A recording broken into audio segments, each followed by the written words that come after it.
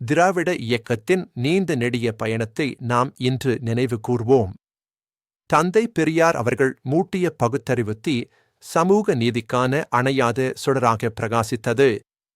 1925-இல் சுயமரியாதை இயக்கத்தை தொடங்கி மூட நம்பிக்கைகள், சாதிய ஏற்றத்தாழ்வுகள் மற்றும் இந்தி திணிப்புக்கு எதிராக போராடினார். அவரது கொள்கைகள் தமிழ் மண்ணில் ஆழமாக வேரூன்றின.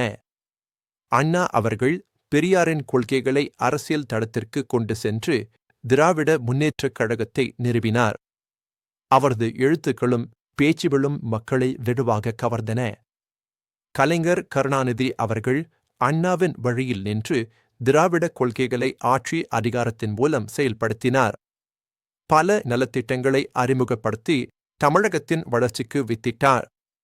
இன்று துணை முதல்வர் உதயநிதி ஸ்டாலின் அவர்கள் கூறியது போல, தந்தை பெரியார் மூட்டிய தீ, அண்ணா வளர்த்த தீ, கலைஞர் காத்த தீ, அந்த தீயை எங்கள் தலைவர் காக்கிறார்.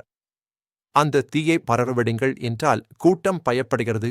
இந்த தீ என்பது சமூக நீதி, பகுத்தறிவு, சுயமரியாதை மற்றும் திராவிட பெருமை ஆகிய கொள்கைகளின் வெளிப்பாடு.